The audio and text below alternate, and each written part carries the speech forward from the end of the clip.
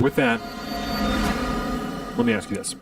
I totally meant to be like, hey man, yeah, just whenever you want, just give me one of those. Yeah, no. So the first one is kind of surface level politics. Right? I got a couple of these. Some rank punditry, if you will. We'll do the first two, and then we'll kind of move on, and we'll talk about the other one. So, the first one, surface level politics. Is Donald Trump the leader of the Republican Party?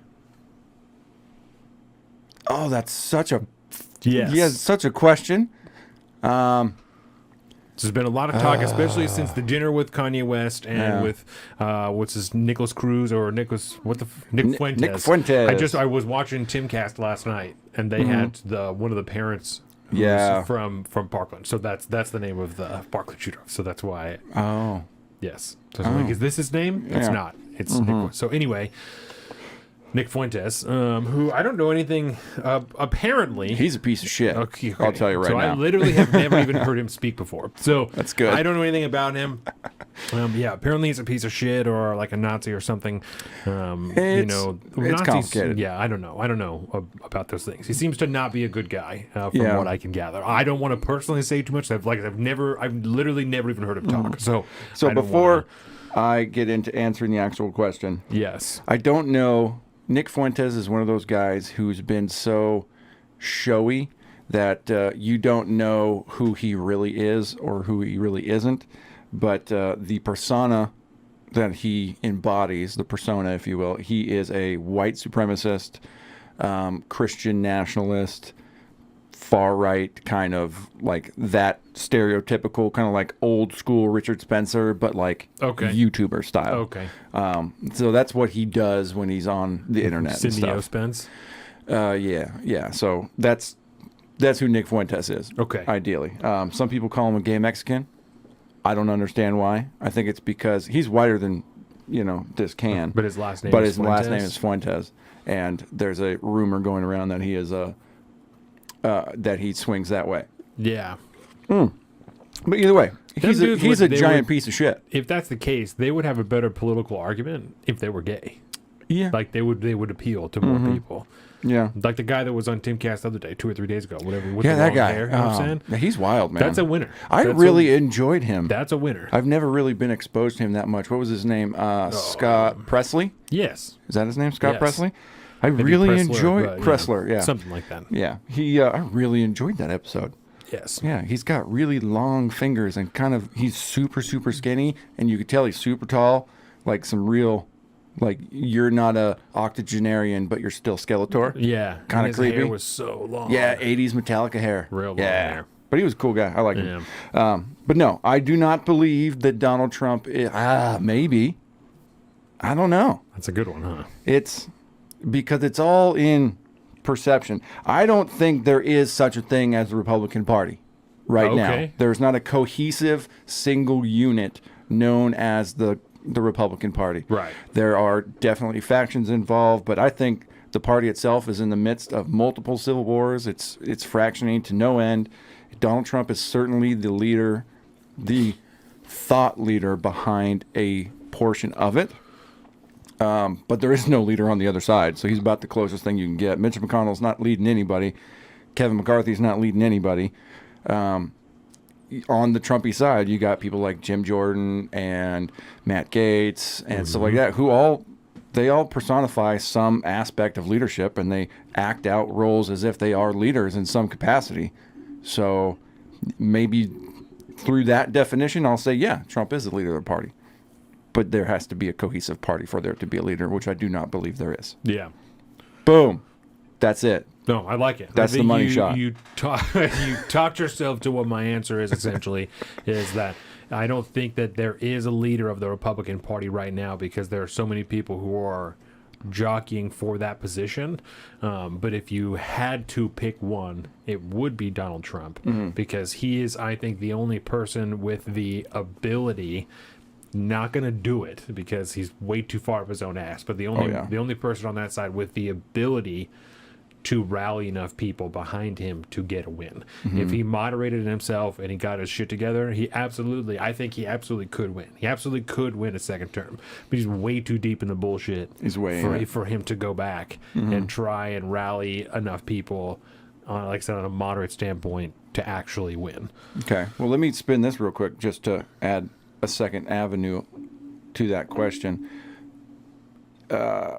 Regardless of where he stands personally on where if he's going to run or not, do you see Ron DeSantis possibly being somebody that can fill kind of the opposite side of leadership in the GOP of Trump, like somebody that could lead instead of Trump?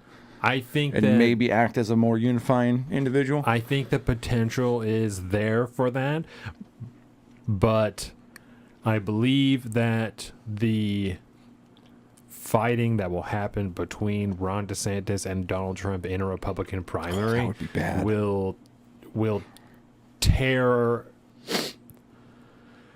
apart the base that Ron DeSantis could that has to cult together to try and win. And if he's not able to convince the Donald Trump Republicans to vote for him, then he cannot get it done.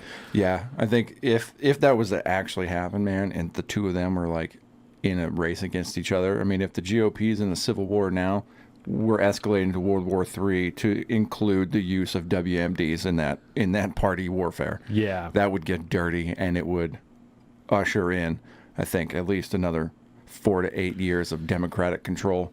You almost the real win would be if you could get them on the same ticket, but there's I don't think any possible way to get the two of them. I think there's too much BDE involved. You can't be doing that. The only way it could feasibly be done is with DeSantis as vice president, and I don't think that he would take vice president.